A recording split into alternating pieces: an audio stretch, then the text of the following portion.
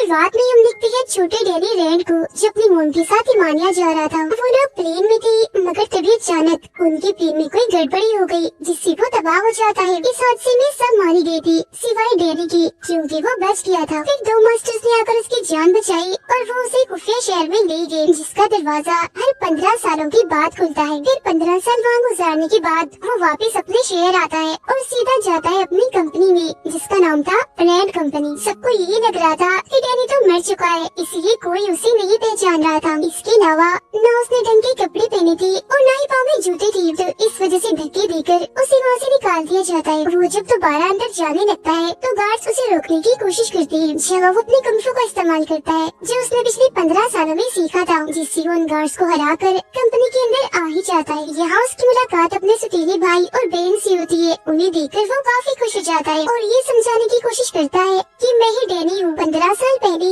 जहाज तबाह वाला जो हादसा हुआ था, उसमें मैं बच गया था, मगर वो लोग उसकी बात का यकीन नहीं करते और गार्ड्स को बुलवा कर उसे बाहर फेंकवा देती है, जहाँ डैनी बेघर लोगों के साथ पार्क में रहता है। हालांकि वो परेशान था, मगर फिर भी वो उदास नहीं होता, बल्कि अपने मोबाइल में गाने सुन रहा होता है। फिर अगले दिन वो अपने कुंग फू की प्रैक्टिस कर रहा था, मगर तभी एक लड़की उसे भिखारी समझकर भीख दे देती है। मगर जब डैनी उसे देखता है तो वो उसे काफी पसंद आती है, इसीलिए वो उससे बात करना चाहता है। उस लड़की का नाम कॉलिन था, जो एक चाइनीज लड़की थी और मार्शल आर्ट क्लास के पर्चे हर जगह पर लगा रही थी। डैनी फिर उससे बात करता है और जॉब मांगते हुए कहता है कि मैं मार्शल आर्ट और कुंग फू में काफी माहिर हूँ, तो मुझे रख लो, मैं काफी अच्छे से सबको सिखाऊंगा और ट्रेन करूंगा, जिससे तुम्हारा बिजनेस भी डबल हो जाएगा। जिस पर वो मना कर देती है, कहती है ये मेरा बिजनेस है, न कि तुम्हारा, तो तुम इस बारे में मत सोचो। इसके बाद उसका सौतेला भाई एक खुफिया जगह पर जाता है, जहाँ उसकी डैड होती है, और ये बात काफी अजीब थी, क्योंकि उसके डैड तो कुछ सालों पहले कैंसर की वजह से मर गई थी। मगर सच तो ये है कि वो मरी नहीं थी, बल्कि किसी वजह से वो बच गई थी और पीछे से अपनी कंपनी को चला रही थी, मतलब किसी की भी नजर में आए बगैर। जो बात उसे यानी इसके बेटे को बिल्कुल भी पसंद नहीं है। वो यहाँ अपने डैड को अपने सौतेले भाई डैनी के बारे में बताता है। फिर डैनी अपनी सौतेली बहन से मिलने जाता है, जहाँ वो उसकी चाय में कुछ मिला देती है, जिससे वो बेहोश हो जाता है। और फिर अगले सीन में उसकी आँख एक मेंटल हॉस्पिटल में खुलती है, जहाँ डॉक्टर उससे हिमालय के बारे में पूछते हैं, यानी जब वो अपनी माँ के साथ जा रहा था, तो वो उन्हें हिमालय की तो नहीं, बल्कि उस खुफिया शहर और कुंग फू के बारे में बताता है, जो सुन डॉक्टर उसे पागल समझते हैं। अब डैनी को फोन करने की इजाजत दे दी जाती है, और क्योंकि उसके पास सिर्फ उस चाइनीज लड़की इन्हीं कॉलिन का ही नंबर था, तो उसी को ही फोन करता है और मदद मांगता है, मगर वो उसकी मदद करने, उसे छुड़वाने से साफ साफ मना कर देती है। फिर डैनी का सौतेला भाई कॉलिन के पास जाकर उसे पेपर पर साइन करने का कहता है, जिसमें लिखा था कि डैनी ने मुझे धमकी दी है मारने की, जिसके बदले मैं तुम्हें मार्शल आर्ट स्कूल के लिए बहुत सारे पैसे दूंगा, जिसके लिए वो साफ साफ मना कर देती है। अब इस सारी सूरत हाल पर उसे शक होता है, इसीलिए वो डैनी से मिलने जाती है। अब डैनी की सौतेली बहन को भी इस बात पर शक था कि ये असल डैनी है, इसीलिए वो उसे बहुत सारे बंडिस बेचती है, जो बचपन में हम खाया करते थे। डैनी उन बंडिस में से ब्राउन रंग के सारे बंडिस निकाल देता है, जो उसके बचपन की आदत थी, जो देखकर उसकी बहन को पता चल जाता है कि ये असली डैनी रैंड है। उधर डॉक्टर्स को भी लग रहा था कि ये असल डैनी है, मगर वो तो अभी भी बार बार उन मास्टर्स और खुफिया शहर की बातें कह रहा था, तो डॉक्टर्स को मशकूक लगता है, इसीलिए वो उसे यहाँ से जाने नहीं देती। ये सारी चीजें डैनी के सौतेले डैड भी कैमरास के जरिए देख रहे थे। उसे डैनी अपनी कंपनी के लिए खतरा लग रहा था, तो वो उसे उठवाने के लिए अपने कुछ गुंडे भेजते हैं, मगर वो उनसे काफी लड़ता है और अपने कुंग फू स्टाइल में उन्हें काफी मारकर हरा देता है। जिसके बाद वो अपनी आयरन फिस्ट वाली स्टाइल से मुक्का मारकर हॉस्पिटल का दरवाजा तोड़ देता है और वहाँ से भाग जाता है। जिसके बाद वो सीधा जाता है कॉलिन के स्कूल, उसे भी वो कराटे में हरा देता है, वो भी बड़ी आसानी से। इस बात से कॉलिन काफी खुश हो जाती है और उसे कुछ कपड़े और यहाँ रहने की इजाजत दे देती है। जिसके बाद वो अपनी सौतेली बहन से मिलने जाता है, जहाँ वो उसे 100 मिलियन की ऑफर देती है, साथ ही ये भी कहती है, मगर तुम्हें अपना नाम बदल कर रहना होगा, ताकि तुम कंपनी के लिए कोई मुसीबत, कोई खतरा न बन सको। मगर डैनी को ये बात बिल्कुल भी पसंद नहीं आती, और वो एक लॉयर यानी एक वकील से मिलता है, और क्योंकि वो भी पहले रैंड कंपनी में काम करती रही, तो डैनी उसे जानता है। वो उसे कुछ ऐसे सवाल पूछती है जो सिर्फ डैनी को ही पता थे, और जब वो उन सवालों के ठीक जवाब देता है, तो उसे ये बात कंफर्म हो जाती है कि यही असली डैनी है। अब ये लॉयर डैनी की मदद करने वाली थी, ताकि कंपनी वापस डैनी को मिल जाए, और ये बात भी सबके सामने वो ले आए कि ये असली डैनी रैंड है। लेकिन उसका सौतेला भाई अपने गुंडे भेजकर वो सारे क्लोज सबूत मिटा देता है, जिससे ये बात साबित होती कि ये असली डैनी है। मगर डैनी को यहाँ मदद मिल जाती है अपनी सौतेली बहन की तरफ से उसकी बहन ने उसके लिए एक चीज बनाई थी जिस पर डैनी की उंगलियों के निशान थे जो अब वाले डैनी से मैच हो जाती है। और आखिरकार ये बात साबित हो ही जाती है कि यही असली डैनी है, जिसके बाद उसे कंपनी का आधा हिस्सा मिल गया था और वो बन गया था रैंड कंपनी का मालिक, जिस वजह से उसे आलीशान घर और ऑफिस भी दिया जाता है। रैंड कंपनी एक काफी बड़ी कंपनी थी क्योंकि वो बहुत सारे बिजनेस करती है और दवाइयाँ भी बनाती है। वो लोग बिजनेस से बहुत सारे पैसे कमाती है जो बार डैनी को बिल्कुल भी पसंद नहीं आती। सारी सूरत-ए-हाल को देखते हुए वो दवाइयों की कीमतों में कमी कर देता है जो बात किसी को भी पसंद नहीं आती। अब उसका सतीला भाई अपने डैड से मिलने जाता है जहाँ डैनी भी उसका पीछा करता है, मगर वहाँ हर जगह पर सिक्योरिटी थी इसीलिए वो खिड़की के जरिए जाने लगता है। यहाँ उसके भाई को गलतफहमी होती है इसीलिए वो उसे धक्का देता है जिससे डैनी बाहर जाकर गिरता है, मगर जब उसे होश आती है तो उसका सतीला भाई उसे गले से लगा लेता है और उस खुफिया जगह पर ले जाता है जहाँ उन दोनों के डैड थे। यहाँ डैनी उसे पूछता है, डैड आप जिंदा कैसे हुए? जिस पे वो कहती है, मुझे हैंग ने जिंदा किया था जो बहुत सारे खतरनाक निंजास का लीडर है। उन्होंने मेरा कैंसर का इलाज किया और बदले में मुझे ब्लैकमेल करके मेरी वफादारी ले ली। उसके साथ एक चाइनीज औरत मिली हुई है जिसका नाम मैडम गाओ है, जिसके बाद वो सिर्फ रिक्वेस्ट करती है कि अब तुम हैंग से लड़ो और सबको बचा लो और अपनी कंपनी को भी। अगले दिन वो अपनी बहन के साथ था मगर वो उसे अपने डैड के बारे में कुछ नहीं बताता। फिर जब वो जा रही थी तो कुछ गुंडे आकर उन पर हमला कर देती है और उसकी बहन को अगवा करने की कोशिश करने लगती है। तब डैनी उनको रोकता है और काफी बहादुरी से उनका मुकाबला करता है। वो लोग उससे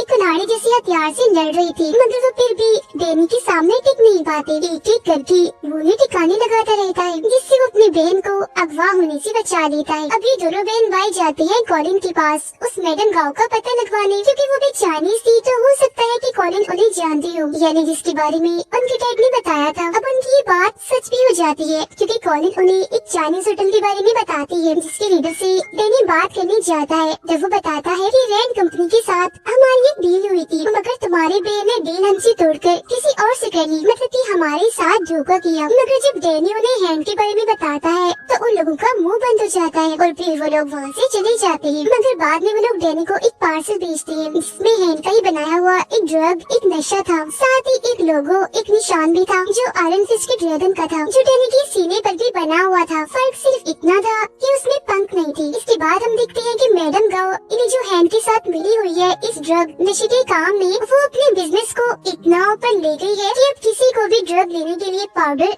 या इंजेक्शन का इस्तेमाल नहीं करना पड़ेगा, बस टीका लगाओ और नशा ले लो। इसके बाद डैनी अपने भाई के पास जाकर उसे भी ये ड्रग नशे वाली बात बताता है, जिसे सुनकर उसका भाई कहता है, ऐसा करती है मैं कंपनी संभालता हूँ और तुम ये रैंड वाला, निंजा वाला, इन्हें ड्रग्स वाला मसला समझाओ। डैनी अब कॉलिन से मिलने जाता है जहाँ उसकी मुलाकात एक लड़की से होती है जो एक नर्स थी। इस वक्त वो कॉलिन से कराटे सीखने आई थी। डैनी उन दोनों को रात के खाने पर बुलाता है और उन्हें अपने साथ शामिल होने की ऑफर करता है जिस पर वो दोनों मान भी जाती है और अब ये लोग मिलकर उस ड्रग की तलाश में निकल जाते हैं। वो लोग ड्रग्स हर जगह ढूंढते हैं जो उन्हें नहीं मिलते, मगर एक खुफिया जगह पर डैनी को एक केमिस्ट मिल जाता है और ये वही है जो ड्रग्स वाले स्टिकर बनाता है। डैनी उसकी गार्ड से लड़ता है जिस तुरंत गलती से चाकू उस केमिस्ट को ही लग जाता है, जिसके बाद ये उस केमिस्ट को कॉलिन के स्कूल लाते हैं और क्योंकि उनके साथ वो नर्स थी तो वो उसकी मरहम पट्टी करके उसे बचाने की कोशिश करती है। केमिस्ट बताता है कि मैं ये ड्रग वाले स्टिकर इसलिए बनाता हूँ क्योंकि मैडम गाँव के पास मेरी बेटी है जिसे उन्होंने हॉस्टेज यानी बंदी बनाया हुआ है। डैनी मैडम गाँव से मिलने जाता है। इन्हें वही चाइनीज औरत ये दोनों पानी में हाथ डालकर वादा करती है कि हम दोनों लड़ाई करेंगे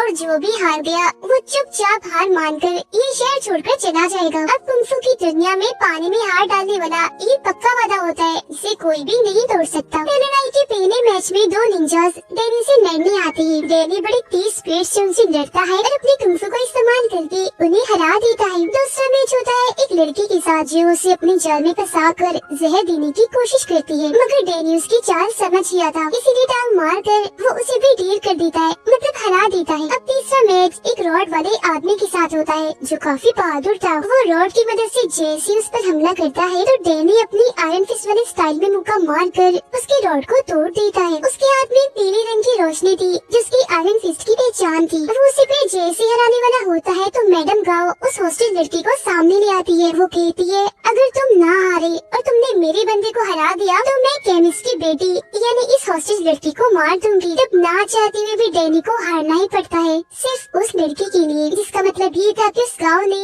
अपना वादा तोड़ दिया था और पप्पीवादी वाली सारी बात बकवास है। अब डैनी को गाँव पर इतना गुस्सा आता है कि उस पर हमला करने के लिए जाता है, मगर गाँव कोई आम औरत नहीं थी, उसके पास भी शक्तियाँ थी जिनका इस्तेमाल करके वो डैनी को दूर फेंक के मारती है। अब तो अनजान लोग डैनी के डेड के पास आते हैं और उसकी उंगली काटने की कोशिश करती है, क्योंकि वो उसे इस बात की सजा देना चाह रही थी कि तुमने हैंड के बारे में डैनी को बता दिया। मगर उसके डैड यहाँ मुकर जाते हैं, कहते हैं तुम्हें तो डैनी नाम की किसी इंसान को जानता तक नहीं और तुम उसे मेरा बेटा बना रहे हो। तभी इधर डैनी भी आ जाता है, जिसे देखकर उसके डैड फौरन उन गुंडों पर हमला कर देती है। डैनी भी इनसे लड़ता है और उन्हें मारकर अपने भाई को इनकी लाशों को ठिकाने लगाने का काम देता है। अब अगले दिन डैनी ने अपने सीनियर्स को एक खत देना था जो बहुत जरूरी था, मगर वो खत की बजाय उन्हें अपना लेक्चर देता है, जिसमें वो उन्हें उस खुफिया जगह जहाँ उसने बचपन गुजारा और मास्टर्स के बारे में बताता है। तब इस बात से गुस्सा होकर सीनियर्स उन तीनों बहन भाइयों को ही कंपनी से हटा देती है। इस बात से डैनी की बहन को काफी बुरा लगता है और वो कंपनी के लिए लड़ना चाहती थी, जबकि उसका भाई तो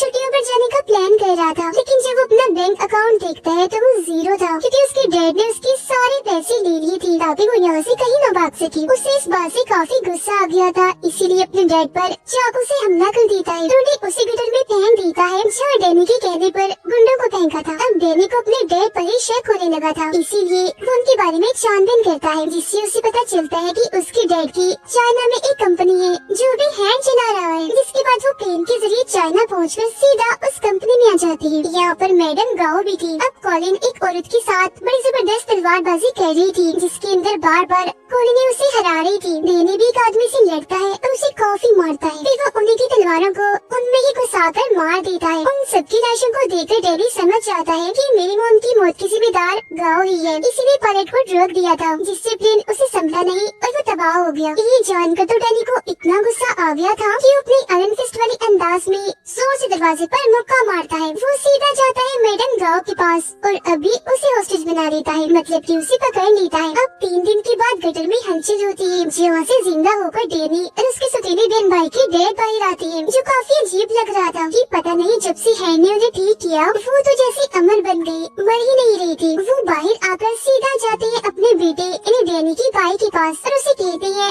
मैंने तुम्हें माफ कर दिया, अब तुम भी मुझे माफ करके सुलह कर लो। मगर वो नहीं मानता, यानी वो अपने डैड से सुलह नहीं करता। तब उसे मजा चखाने के लिए उसके डैड उसकी गाड़ी में ड्रग्स रख देती है, जिससे पुलिस उसे पकड़ लेती है। वो ड्रग्स लेता रहता था तो मेडिकल रिपोर्ट से भी ये बात साबित हो ही जाती है कि ये ड्रग उसी का है। वो पुलिस को काफी समझाने की कोशिश करता है कि ये मेरे डैड की जान है, वो मुझे फंसा रही है, मगर कोई भी उसकी बात का यकीन नहीं करता, क्योंकि उसके डैड की तो काफी साल पहले कैंसर की वजह से मौत हो गई है और वो तो जेल में हो गया था।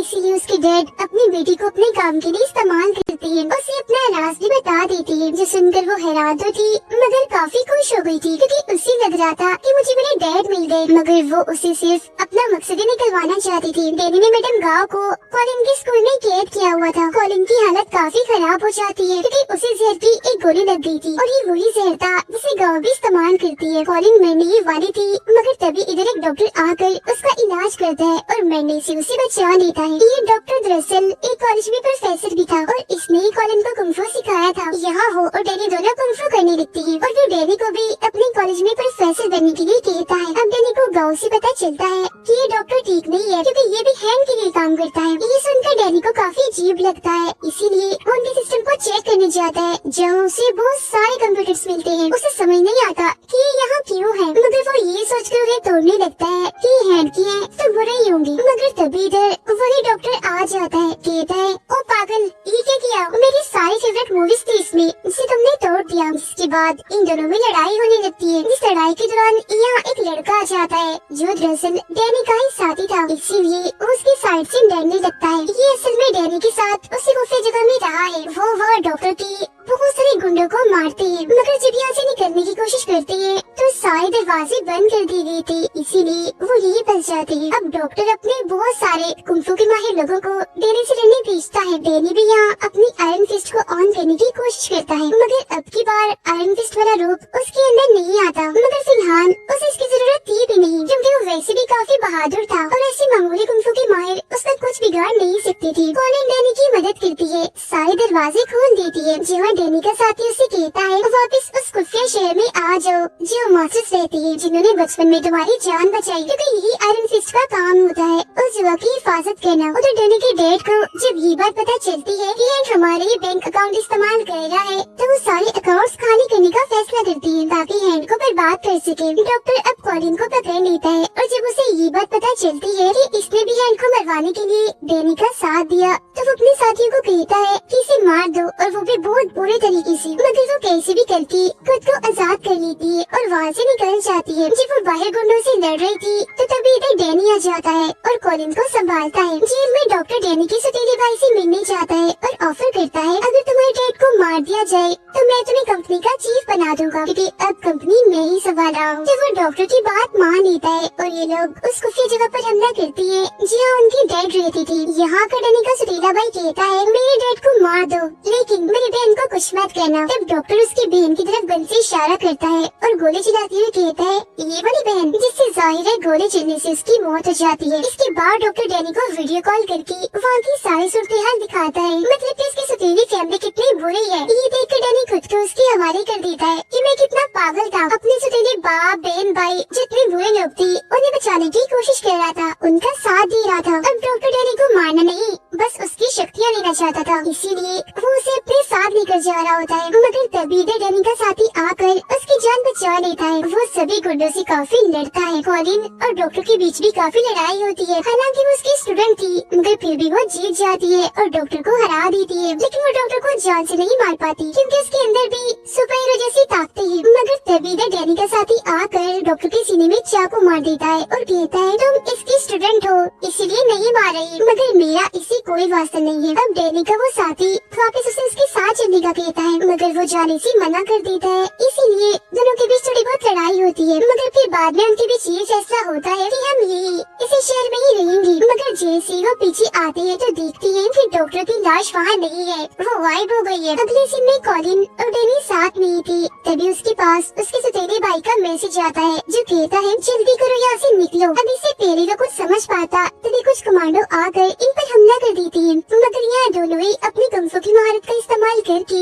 सभी को काफी मारते हैं और आखिरकार बच जाते हैं। अब यहाँ पता चलता है कि हैंक और कोई नहीं बल्कि डॉक्टर था, मगर क्योंकि वो तो मर गया था इसलिए कंपनी संभालने वाला कोई नहीं था। लेकिन फिर सबको हैरान करते हुए यहाँ वापिस ही डैनी का सौतेला बाप आ जाता है। जी हाँ बिल्कुल, वो मरा नहीं था बल्कि हमेशा की तरह दोबारा से जिंदा हो गया था और सारे उल्टे कामों के पीछे उसका ही हाथ था और वो खुद भी हैंक के साथ मिला हुआ था। सारी सच्चाई जानने के बाद डैनी अपने सौतेले डैड जो असली विलन था उसे लड़ने चाहता है, मगर वो भी चुप बैठने वाला कहाँ था। उसने भी सारी तैयारी की हुई थी डैनी को रास्ते से हटाने की, मगर इसके बावजूद भी डैनी ऑफिस की खिड़की तोड़कर अंदर आ ही जाता है, वो भी अपने आयरन फिस्ट वाले रूप में और बिल्कुल वैसी अंदाज में। पीछे से कॉलिन डैनी के सौतेले भाई को मारने चाहती है मगर वो बच जाता है, मगर ठीक वक्त पे वो पीछे मुड़ गया था। अब यहाँ डैनी अपनी फुल ताकत का इस्तेमाल करके जोर से अपना आयरन फिस्ट वाला मुक्का जमीन पर मारता है, जिससे सारे लोग और टूटे हुए शीशे के टुकड़े हवा में उड़ने लगते हैं। उधर डैनी के भाई को भी अपने डैड के खिलाफ सबूत मिल गए थे। उनका सौतेला बाप जब वहाँ से भागने की कोशिश करता है तो डैनी उसका पीछे करता है, जहाँ दोनों एक दूसरे से